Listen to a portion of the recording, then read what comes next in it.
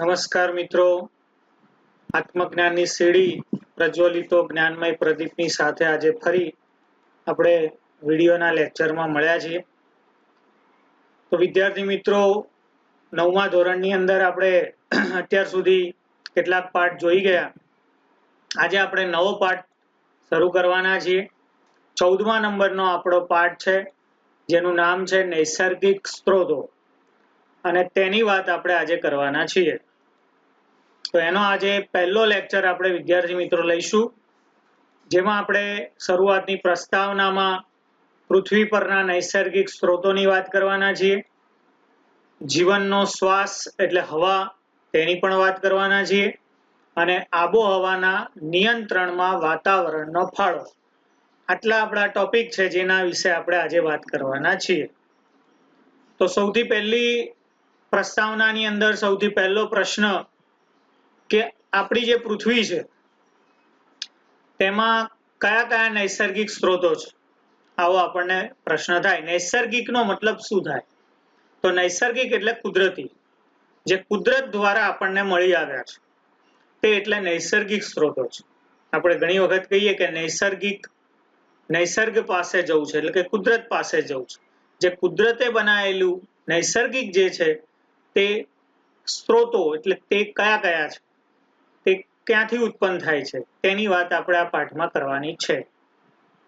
તો પૃથ્વી એક ગ્રહ છે, અને એક માત્ર એવો ગ્રહ છે કે જ્યાં જીવન શક્ય છે.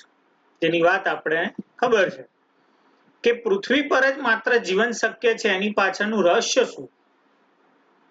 ત્યાં જીવન સજીવ ગાળી શકે છે, ત્યાં હવા છે, ત્યાં પાણી છે, ત્યાં જીવનને જરૂરી કેટલાક તત્વો છે. પૃથ્વી પર જીવન શક્ય છે એનો પાછળ કે તેમાં ઘણા બધા પરિબળો આધારિત છે, અને એ બધા પરિબળોને કારણે આજે પૃથ્વી ઉપર જીવન શક્ય છે. તો જીવન માટે શું જોઈએ? તો યોગ્ય તાપમાન જોઈએ. તાપમાન એટલે યોગ્ય ગરમી પણ જોઈએ, યોગ્ય ઠંડી પણ જોઈએ, પાણી જોઈએ, આહાર જોઈએ એટલે કે ખોરાક જોઈએ.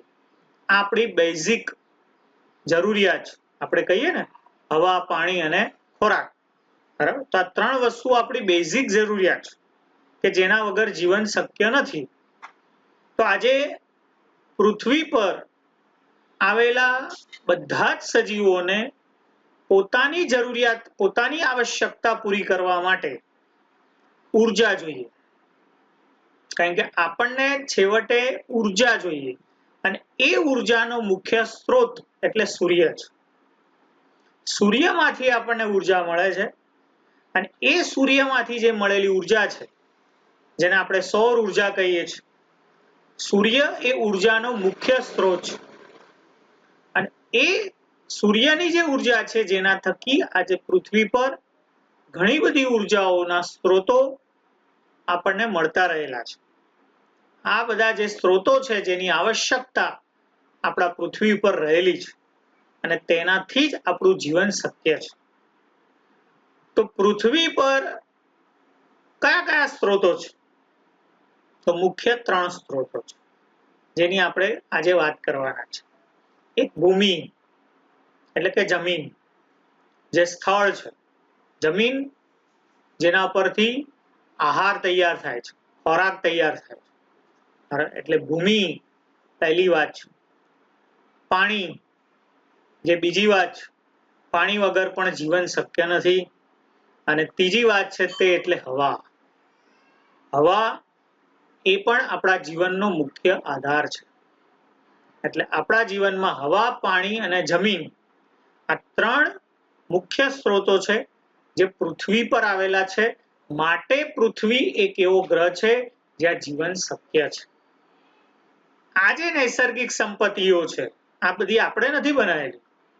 ભૂમિ છે, પાણી છે, હવા છે, આ બધું કુદરત દ્વારા મળેલું છે. કુદરતની આ બધી અમૂલ્ય ભેટો છે. કુદરત થકી આપણને આ બધું મળતું રહેલું છે. એટલે આ બધી કુદરતી સંપત્તિ છે, નૈસર્ગિક સંપત્તિ છે, નૈસર્ગિક સ્ત્રોતો છે, અને તેના વગર આપણને જીવન શક્ય નથી. તો તો આ જે પૃથ્વી પર રહેલા સ્ત્રોતો છે જેને આપણે અલગ અલગ ભાગોમાં વહેંચ્યા છે, એમાં પહેલો ભાગ છે તે એટલે મૃદાવરણ. મૃદાવરણ એટલે શું? તો પૃથ્વીના સૌથી બહારના કવચને મૃદાવરણ કહે છે.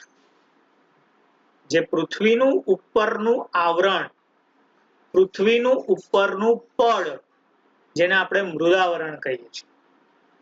આ જે મૃદાવરણ છે જેને આપણે જમીન કહીએ છીએ. મૃદાવરણની અંદર શું છે? તો પર્વતો છે, મેદાનો છે, ખડકો છે, તૃણભૂમિ છે, એટલે કે જે આપણે ખેતી કરીએ છીએ તે જમીન છે. આ બધું જ મૃદાવરણમાં આવે. બરાબર? ઉપરનું કવચ એટલે ઉપરના કવચમાં શું છે? તો જ્યાં પર્વતો છે, મેદાનો છે, ખડકો છે, બરાબર? આ બધું જ જે છે મૃદાવરણની અંદર તેનો સમાવેશ થાય છે. બીજું છે જલાવરણ. તો પૃથ્વીના 75% ભાગ આજે પાણી છે. આપણને ખબર છે કે પૃથ્વી જે છે તેનો 75% ભાગ જે છે તે શું છે? પાણી છે. આ સિવાય ભૂગર્ભીય પાણી પણ છે, એટલે કે અંદર જમીનની અંદર પણ પાણી રહેલું છે. બરાબર? પૃથ્વીની ઉપરનું જે પડ છે એમાં 75% ભાગ પાણી છે, અને ઉપરાંત ભૂગર્ભીય જળ એટલે કે જમીનની અંદર પણ પાણી રહેલું છે. એને આપણે જલાવરણ કહીએ છીએ. તેને આપણે શું કહીએ છીએ? જલાવરણ. જલ એટલે પાણી, પાણીનું આવરણ કે જે જલાવરણ. પૃથ્વી પર સૌથી મોટો વિસ્તાર એ આ છે. 75% ભાગ પાણી છે અને 25% ભાગ જમીન છે, એટલે કે મૃદાવરણ.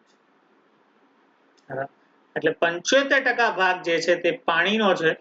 આ ઉપરાંત ભૂગર્ભીય જળ એટલે જમીનની અંદર રહેલું પાણી છે તે, આ તમામ પાણી જેને આપણે જલાવરણ તરીકે ઓળખીએ છીએ. તેમજ પૃથ્વી પર વાયુઓનું આવરણ છે. હવા, વાયુ આ સમગ્ર પૃથ્વીની એક ચાદર છે. એ ચાદર જે છે, જે કામળા છે, એ ચાદર જેવું જે આખી પૃથ્વીને ઢાંકે છે તેને આપણે વાતાવરણ કહીએ છીએ. આ વાતાવરણ એટલે વાયુઓનું આવરણ. પૃથ્વી પર રહેલી ચાદરનું આવરણ જેને કહેવાય વાતાવરણ. જેની અંદર અલગ અલગ વાયુઓ છે, જેની વાત તમે પહેલા પણ ભણી ગયા છો કે વાતાવરણની અંદર અનેક વાયુઓ છે. અને એટલા માટે વાતાવરણ એટલે કે હવા એ વાયુઓનું મિશ્રણ છે, જેમાં નાઇટ્રોજન 78% છે, ઓક્સિજન 21% છે, કાર્બન ડાયોક્સાઇડ 0.03% છે. આ ઉપરાંત અન્ય પણ વાયુઓ છે. આ તમામ વાયુઓ જે આખી પૃથ્વીને એક ચાદરની માફક પાથરે, જેમ તમારા પલંગની અંદર તમે ચાદર પાથરો તો આખો પલંગ શું થઈ જાય? ઢંકાઈ જાય. એમ આખી પૃથ્વી ઢંકાયેલી છે. શેનાથી? તો વાયુઓથી. આ વાયુથી જે આખી પૃથ્વી ઢંકાયેલી છે એ વાયુઓના આવરણને આપણે વાતાવરણ કહીએ છીએ. આ વાતાવરણમાં રહેલા વાયુઓ આપણા જીવનને ટકાવવા માટે ખૂબ જ જરૂરી છે. તો આ રીતે જીવંત રહેવા માટે જીવંત પદાર્થો જે છે આ 3 આવરણમાંથી આપણને મળે છે: મૃદાવરણ, જલાવરણ અને વાતાવરણ. પણ આ ત્રણેય આવરણ જ્યાં હોય ત્યાં જ સજીવ જીવંત રહી શકે. જીવંત પદાર્થો ત્યાં જ જોવા મળે જ્યાં ત્રણેય આવરણ હોય. ખાલી જ્યાં પાણી છે, જ્યાં જમીન નથી, જ્યાં ખાલી જમીન છે, જ્યાં હવા નથી, જ્યાં હવા છે જ્યાં પાણી નથી, તો ત્યાં જીવન શક્ય નથી. જીવંત પદાર્થો ત્યાં જ શક્ય છે, ત્યાં જ જીવી શકે કે જ્યાં ત્રણેય આવરણો આવેલા હોય. અને આ ત્રણેય આવરણો જ્યાં હોય એને કહેવાય જીવાવરણ. તો જીવાવરણ એટલે શું? જીવનને આશ્રય આપવા વાળી પૃથ્વીના આ ગાઢ આવરણો કે જ્યાં વાતાવરણ, મૃદાવરણ અને જલાવરણ, આ એકબીજા સાથે ભળી જઈને જીવનની સંભાવના શક્ય બનાવે છે, જેને જીવાવરણ કહે છે. જીવનને આશ્રય આપવા વાળી એટલે કે જીવંત રાખવા વાળી, જીવન ટકાવી રાખવા વાળી જે પૃથ્વીના ઘાટ આવરણો છે, જેમાંના વાતાવરણ, મૃદાવરણ અને જલાવરણ, આ ત્રણેય જ્યાં છે, આ ત્રણેય જ્યાં એકબીજા સાથે ભળી ગયા છે, ત્રણેયનું સમન્વય છે અને એ ત્રણેય થકી જે જીવન શક્ય બન્યું છે, જીવનની સંભાવના શક્ય બની છે, આ ત્રણેયનું મિશ્રણ એટલે જીવાવરણ. એટલે વાતાવરણ, જલાવરણ અને મૃદાવરણ, આ ત્રણેયનું મિશ્રણ એટલે શું થાય? જીવાવરણ. જીવાવરણની અંદર બે પ્રકારના ઘટકો છે. વિદ્યાર્થી મિત્રો, આ પાઠ ખાલી યાદ રાખવા પૂરતો પણ અગત્યનો નથી, તમારા જીવન માટે પણ અગત્યનો છે, આપણા સ્વાસ્થ્યને સારું રાખવા માટે પણ અગત્યનો છે અને એટલા માટે તે સમજવો. જીવાવરણની અંદર બે ઘટકો છે, એક જૈવિક ઘટક અને એક અજૈવિક ઘટક. જૈવિક ઘટક એટલે બધા સજીવ.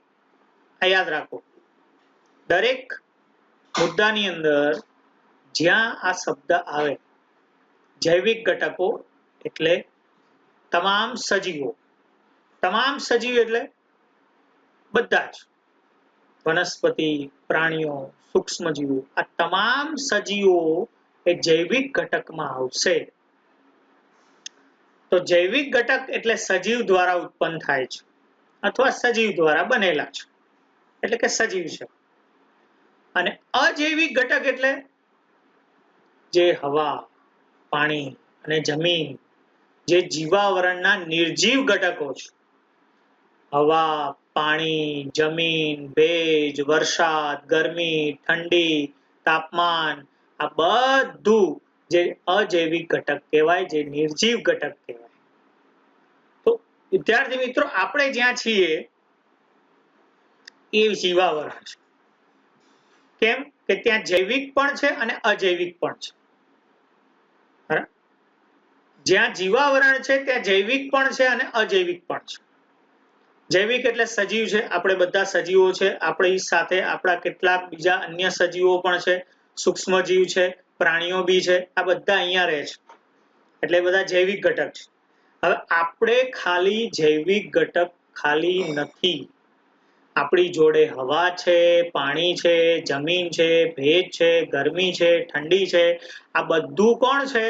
અજૈવિક ઘટકો છે અને એના વગર આપણું જીવન શક્ય નથી.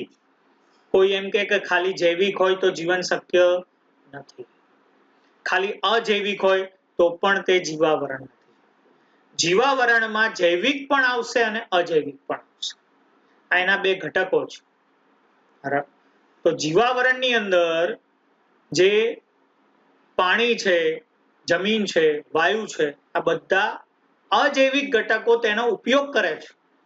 એટલે જૈવિક અને અજૈવિક વચ્ચે સતત આંતરક્રિયા ચાલે છે, તે બંને જોડાયેલા છે. કોઈ પ્રાણી એમ કે મારે વાયુની જરૂર નથી, મારે પાણીની જરૂર નથી, તો એ શક્ય નથી, એ બંનેને જરૂર છે. બરાબર? જ્યારે અજૈવિક ઘટકો એ પૃથ્વી પર જીવન માટે અતિ આવશ્યક છે, તેના વગર જીવન શક્ય નથી. હવા, પાણી, જમીન આ બધું જો ના હોય તો જૈવિક ઘટકોનું અસ્તિત્વ જ શક્ય નથી. સજીવને જીવન ટકાવવા માટે, સજીવને જીવંત રહેવા માટે હવા પણ જોઈએ, પાણી પણ જોઈએ, જમીન પણ જોઈએ, વરસાદ પણ જોઈએ, ભેજ પણ જોઈએ. આ તમામ સજીવોને આ બધા અજૈવિક ઘટકો, જે નિર્જીવ ઘટકો છે, તેની જરૂર છે અને તેનાથી જ તે જીવંત રહે છે. એટલે આપણી જે પૃથ્વી છે, જ્યાં જીવન શક્ય છે, કારણ કે ત્યાં જીવાવરણ છે. એટલે કે ત્યાં જલાવરણ છે, વાતાવરણ છે, મૃદાવરણ છે અને ત્રણેય છે એટલે કોણ છે? જીવાવરણ છે. અને જીવાવરણ છે એટલે તેમાં જૈવિક ઘટકો પણ છે અને અજૈવિક ઘટકો. તો વિદ્યાર્થી મિત્રો, આપણે કેટલીક વ્યાખ્યાઓ અહીંયા જોઈ. મૃદાવરણની વ્યાખ્યા જોઈ, જલાવરણની વ્યાખ્યા જોઈ, વાતાવરણની વ્યાખ્યા જોઈ અને જીવાવરણની પણ વ્યાખ્યા જોઈ. અહીંયા આપણો આ પહેલો પ્રશ્ન પૂરો થયો. આ વ્યાખ્યાઓ પણ તમારે યાદ રાખવાની છે. જીવનનો શ્વાસ એટલે હવા. આપણી બીજી ટૂંકનોંધ છે હવા. હવા વગર જીવન શક્ય નથી. હવામાં અનેક વાયુઓ છે, જે મેં તમને કીધું, નાઇટ્રોજન, ઓક્સિજન, કાર્બન ડાયોક્સાઇડ, પાણીની બાષ્પ, આ બધું મિશ્રણ છે.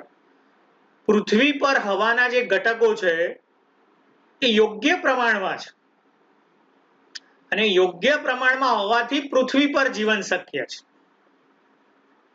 જેમ કે શુક્ર અને મંગળની વાત કરીએ તો આ બંને ગ્રહ પર જીવન શક્ય નથી. કેમ નથી? કારણ કે ત્યાં કાર્બન ડાયોક્સાઇડ છે, પણ ત્યાં કાર્બન ડાયોક્સાઇડ જ છે. તેના વાતાવરણમાં મુખ્ય કાર્બન ડાયોક્સાઇડ જ છે. જ્યારે આપણા વાતાવરણમાં 78% નાઇટ્રોજન છે, 21% ઓક્સિજન છે, 0.03% કાર્બન ડાયોક્સાઇડ છે. એટલે આ બધાનું પ્રમાણ યોગ્ય છે, તેના ઘટકોનું પ્રમાણ યોગ્ય છે, સજીવના જીવન માટે યોગ્ય પ્રમાણમાં છે. જ્યારે શુક્ર અને મંગળ ઉપર જીવન યોગ્ય નથી, જીવન શક્ય નથી. ત્યાં વાતાવરણમાં યોગ્ય વાયુઓ નથી. શુક્ર અને મંગળ ગ્રહ પર વાતાવરણમાં 95 થી 97% કાર્બન ડાયોક્સાઇડ, એટલે મેજોરિટી સૌથી વધારે કોણ છે? તો કાર્બન ડાયોક્સાઇડ. સામાન્ય અભ્યાસ જો આપણે વિચારીએ તો યુકેરિયોટિક કોષ અને પ્રોકેરિયોટિક કોષ, આ બે કોષની વાત આપણે અગાઉ ભણી ગયા કોષ પાઠમાં. યુકેરિયોટિક કોષ એટલે સુકોષ કેન્દ્રી કોષ, અને પ્રોકેરિયોટિક કોષ એટલે આદિકોષ કેન્દ્રી કોષ. આ બંનેના ગ્લુકોઝના અણુઓને તોડીને ઉર્જા પ્રાપ્ત કરવાની હોય છે, અને એ ઉર્જા પ્રાપ્ત કરવા માટે ઓક્સિજન જોઈએ. અને ઓક્સિજન જો પૂરતા પ્રમાણમાં ન મળે તો એ ઉર્જા પ્રાપ્ત થાય નહીં. અને એ ઓક્સિજન પૂરતા પ્રમાણમાં મળે તેના પરિણામે કાર્બન ડાયોક્સાઇડની ઉત્પત્તિ થાય. એ જ રીતે દહન પ્રક્રિયામાં પણ ઓક્સિજન વપરાય છે, અને ઓક્સિજન વપરાય એટલે કાર્બન ડાયોક્સાઇડ ઉત્પન્ન થાય છે. ઓક્સિજન ક્યાં વપરાય છે અને કેવી રીતે કાર્બન ડાયોક્સાઇડ પેદા થાય છે એની આ વાત છે. કોઈ પણ પદાર્થનું દહન કરો, દહન ક્રિયામાં ઓક્સિજન જોઈએ. દહન કરવું એટલે સળગાવવું, એટલે દહન ક્રિયામાં ઓક્સિજન વપરાય અને કાર્બન ડાયોક્સાઇડ ઉત્પન્ન થાય. દહન માટે માનવીને જે પ્રવૃત્તિ ઉર્જા પ્રાપ્ત કરવા માટે થાય છે એમાં ઈંધણ વાપરે છે, બળતણ વાપરે છે. આપણે આજે બળતણ તરીકે પેટ્રોલ, ડીઝલ, કેરોસીન, કોલસો, લાકડું, આ બધું બળતણ છે, ઈંધણ છે, એને આપણે સળગાવીએ છીએ. જંગલોમાં ઘણી વખત આગ લાગે છે તો એ દહન થાય છે, અને એમાં ઓક્સિજન વપરાય છે, અને કાર્બન ડાયોક્સાઇડ શું થાય? દૂર થાય છે. તો આ કાર્બન ડાયોક્સાઇડ વધતું જાય, વાતાવરણમાં કાર્બન ડાયોક્સાઇડની ટકાવારી ઓછી હોવી જોઈએ, એનું પ્રમાણ ઓછું હોવું જોઈએ. બરાબર? કાર્બન ડાયોક્સાઇડ ઓછી માત્રામાં રહેવો જોઈએ. પણ એ જે કાર્બન ડાયોક્સાઇડ જો આજે બહાર આવતો જશે તો એને સામે લેવા વાળો વર્ગ પણ કોક જોશે. તો કાર્બન ડાયોક્સાઇડ બે રીતે વપરાય છે. એક, લીલી વનસ્પતિ. લીલી વનસ્પતિ માત્ર કાર્બન ડાયોક્સાઇડ લે છે, જે સૂર્ય પ્રકાશની હાજરીમાં ક્લોરોફિલ નામના રંજક દ્રવ્યની મદદથી તે પ્રકાશ સંશ્લેષણની ક્રિયા કરશે, કાર્બન ડાયોક્સાઇડનો ઉપયોગ કરશે અને ગ્લુકોઝમાં તેનું રૂપાંતર કરશે. તો માત્ર લીલી વનસ્પતિ એટલે કે વૃક્ષો અને છોડ જે સૂર્યપ્રકાશની હાજરીમાં કાર્બન ડાયોક્સાઇડનો ઉપયોગ કરી ગ્લુકોઝ બનાવે, આ ક્રિયાને પ્રકાશ સંશ્લેષણની ક્રિયા કહે છે. અને બીજું કોણ લે? કાર્બન ડાયોક્સાઇડ લે કોણ? તો એક લીલી વનસ્પતિ લે, દરિયાઈ પ્રાણીઓ જે કાર્બન ડાયોક્સાઇડ લે. દરિયામાં રહેતા પ્રાણીઓ જે છે એ કાર્બન ડાયોક્સાઇડ પાણીમાં ઓગળેલો છે અને ઓગળેલા કાર્બન ડાયોક્સાઇડનો ઉપયોગ કરશે અને કાર્બોનેટથી તે પોતાના શરીરને ફરતે કવચ બનાવશે. વિદ્યાર્થી મિત્રો, તમે શંખ જોયા હશે, છીપલા જોયા હશે. એ શંખ એટલે કેલ્શિયમ કાર્બોનેટનું કવચ છે, જે દરિયાઈ પ્રાણીઓના શરીરના ફરતે કાર્બોનેટનું કવચ છે. એ જે કાર્બોનેટનું કવચ બન્યું એમાં કાર્બન ડાયોક્સાઇડ વપરાય છે. કેવી રીતે કાર્બોનેટ બને એની આપણે અહીંયા રીત પણ આપી છે તમને. H2O એટલે પાણી પ્લસ CO2 એટલે કાર્બન ડાયોક્સાઇડ. આ કાર્બન ડાયોક્સાઇડ પાણીમાં ઓગળી ગયો એટલે દરિયામાં પાણીમાં ઓગળેલો કાર્બન ડાયોક્સાઇડ જે કાર્બોનેટ એસિડ બનશે, H2CO3 એટલે કાર્બોનિક એસિડ. આ કાર્બોનિક એસિડ જેનો ઉપયોગ કોણ કરશે? તો દરિયાઈ પ્રાણીઓ કરશે, જેનું વિયોજન થશે એટલે કે તેના આયનો જુદા પડશે. એમાં બે આયન છે, H+ આયન એટલે હાઇડ્રોજન આયન અને CO3 2- એટલે કાર્બોનેટ આયન. આ કોણ હતું? H2CO3 કાર્બોનિક એસિડ હતું, જેનું વિયોજન થયું, એનું વિભાજન થયું, બે આયનો છૂટા પડી ગયા. H+ એટલે કે હાઇડ્રોજન આયન, અહીંયા H2 છે એટલે મારે અહીંયા આગળ 2 લગાવવા પડે, અને CO3 2- એટલે કાર્બોનેટ આયન. આ કાર્બોનેટ આયન છે. વિદ્યાર્થી મિત્રો, આપણે આગળ કેમિસ્ટ્રીના પાઠની અંદર આયનો વિશે શીખવાના છીએ, એ વખતે તમને આની ડિટેલ્સ ખબર પડશે. બરાબર? તો આ રીતે દરિયામાં રહેલા જે પ્રાણીઓ છે તે ઓગળેલો કાર્બન ડાયોક્સાઇડ લેશે અને કાર્બોનેટ નું કવચ પોતાના શરીરને ફરતે બનાવશે. આમ વાતાવરણમાં રહેલો કાર્બન ડાયોક્સાઇડ બે જ જણા ઉપયોગમાં લેશે. એક લીલી વનસ્પતિ, એટલે જેટલા વૃક્ષો વધુ વાવશું, જેટલી લીલોતરી વધુ હશે, જેટલી વનસ્પતિ વધુ હશે, એટલો જ કાર્બન ડાયોક્સાઇડ વાતાવરણમાંથી ઓછો થશે અને ઓક્સિજન આપણને મળશે. અને એટલા માટે વિદ્યાર્થી મિત્રો, આપણે પ્રત્યેક વિદ્યાર્થીએ વર્ષમાં એકવાર વૃક્ષ વાવવું જોઈએ. કારણ કે પ્રાણીઓની સંખ્યા કે આપણે વધારી શકવાના નથી, પણ આની સંખ્યા આપણે વધારી શકવાના છે. જેટલા વૃક્ષોની સંખ્યા વધશે એટલો કાર્બન ડાયોક્સાઇડ ઘટશે, ઓક્સિજન આપણો વધશે. અને એટલા માટે આપણે તે આગ્રહ રાખવો જોઈએ. તો આ તો હવાની વાત હતી. શ્વાસ એટલે હવા, જેની આપણે વાત કરી. બીજી આબોહવાના નિયંત્રણમાં વાતાવરણની ભૂમિકા. આબોહવાના નિયંત્રણમાં એટલે આપણું તાપમાન જાળવવાનું કામ કરે છે વાતાવરણ. આબોહવાનું નિયંત્રણ એટલે ગરમી, ઠંડી, તાપમાન વધી જવું, તાપમાન ઘટી જવું, આ જે નિયંત્રણ છે એ વાતાવરણ કરે છે. વાતાવરણમાં પૃથ્વીને ચાદર કે કામળાની જેમ ઢાંકે છે, જે આપણે વાત કરી. વાયુઓનું આવરણ એટલે કોણ? તો વાતાવરણ. અને એ વાયુઓનું જે આવરણ છે એની અંદર ચાદર, કામળાથી વાયુઓ ફેલાયેલા છે આખી પૃથ્વીમાં. હવા જે છે એ ઉષ્માનું મંદ વાહક છે. ઉષ્મા એટલે ગરમી, એનું કેવું છે? મંદ વાહક છે.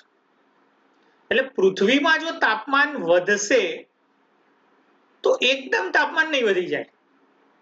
સરેરાશ તાપમાન દિવસના સમયે સમગ્ર વર્ષ દરમિયાન નિયત રાખે છે, કારણ કે ઉષ્માનું મંદ વાહક છે. સમજો કે એક એક્ઝામ્પલ લઈએ કે સમજો કે આજે દિવસે સવારે 8 કે 9 વાગે તાપમાન 25°C છે. બરાબર? બપોરે કે સાંજ સુધીમાં એ તાપમાન 50 કે 60 કે 70 ડિગ્રી નહીં થઈ જાય. એટલું તો થાય જ નહીં, 50 ની ઉપર તો જવાનું જ નથી, પણ 25 ડિગ્રી તાપમાન જે છે એ સમજો કે કલાક 2 કલાકની અંદર 8 વાગે 25 ડિગ્રી છે તો 12 વાગે સીધું 50 ડિગ્રી થઈ જશે? ના, એ નથી થતું. એનું કારણ હવા છે, કારણ કે હવા ઉષ્માનું મંદ વાહક છે. તાપમાન વધશે પણ કેવું વધશે? ધીમે ધીમે ધીમે ધીમે ધીમે તાપમાન વધશે. બરાબર. એવી જ રીતે તાપમાન ઘટશે તો એકદમ નહીં ઘટી જાય. શિયાળાનો સમય હોય તો ઠંડી પડે તો સમજો કે તાપમાન 15 ડિગ્રી હોય તો એકદમ માઇનસમાં નહીં જતું રહે. ધીમે ધીમે ધીમે ધીમે ધીમે તાપમાન શું થશે? ઘટશે. એની પાછળનું કારણ કોણ છે? તો હવા છે. હવા ઉષ્માનું મંદ વાહક છે. તે ધીમે ધીમે ધીમે વહન કરશે. તાપમાન વધશે તો પણ ધીમે ધીમે, અને તાપમાન ઘટશે તો પણ ધીમે ધીમે. અને એટલા માટે આબોહવાનું શું થાય? નિયંત્રણ થાય છે. વાતાવરણ દિવસનું તાપમાન અચાનક વધતું નથી અને અચાનક ઘટતું નથી. આ વધતું અને ઘટતું અટકાવવાનું કામ કરે છે હવા, એટલે કે વાતાવરણ. રાત્રેના સમયમાં ઉષ્માને બહારની તરફ આકાશમાં જતા દરને ઓછો કરે છે. ચંદ્ર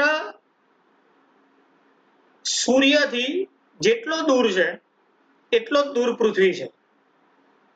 સમજો બરોબર. સૂર્યથી ચંદ્ર અને સૂર્યથી પૃથ્વી બંનેનું અંતર સરખું છે. તો ચંદ્ર પર વાતાવરણ નથી એટલે ત્યાં જીવન શક્ય નથી. પૃથ્વી પર વાતાવરણ છે માટે ત્યાં જીવન શક્ય છે. હવે સૂર્યની જેટલી ગરમી ચંદ્ર ઉપર જવાની એટલી જ ગરમી સૂર્યની પૃથ્વી ઉપર જવાની. સમજો બરોબર.